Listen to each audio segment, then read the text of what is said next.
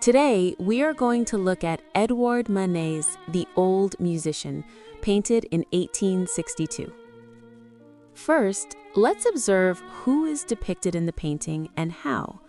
Against a hilly landscape background, 6 people dressed in rags are gathered on the ground. In the center sits an old man with a beard, holding a violin on his knees. As if he has just stopped playing, the old man looks straight at us. Most of the people have pale skin. They look lonely, as if they want to speak to someone. Shall we look from the left? On the far left, a young woman stands holding a blonde baby to her chest. She is barefoot. She is standing facing our right, and her profile is obscured by her dark brown hair. She is wearing a calf-length skirt with dark gray and aquamarine stripes and a black shirt. To her right stand 2 boys. The boy on the left is wearing a loose white shirt tucked into tan trousers with a wide-brimmed hat tilted back.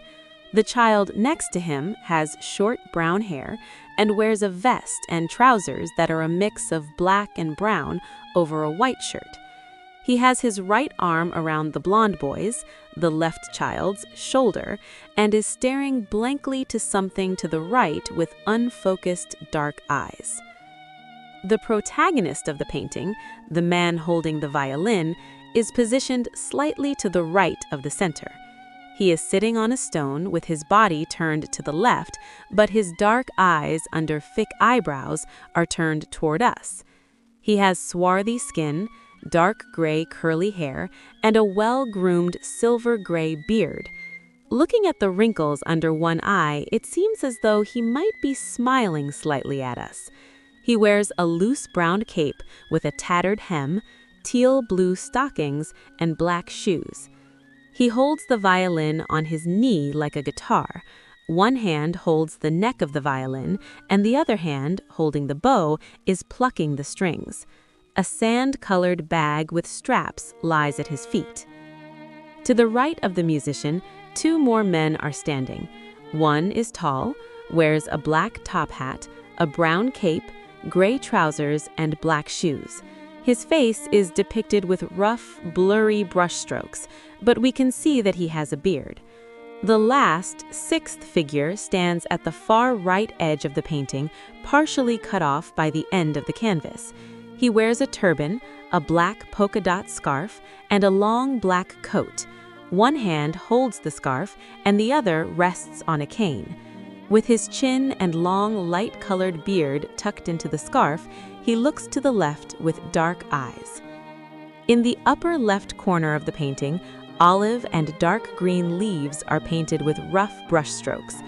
The landscape beyond is blurred in muted greens, blues, and browns.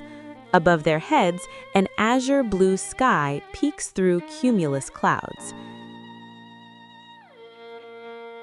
Who on earth are they, and where are they?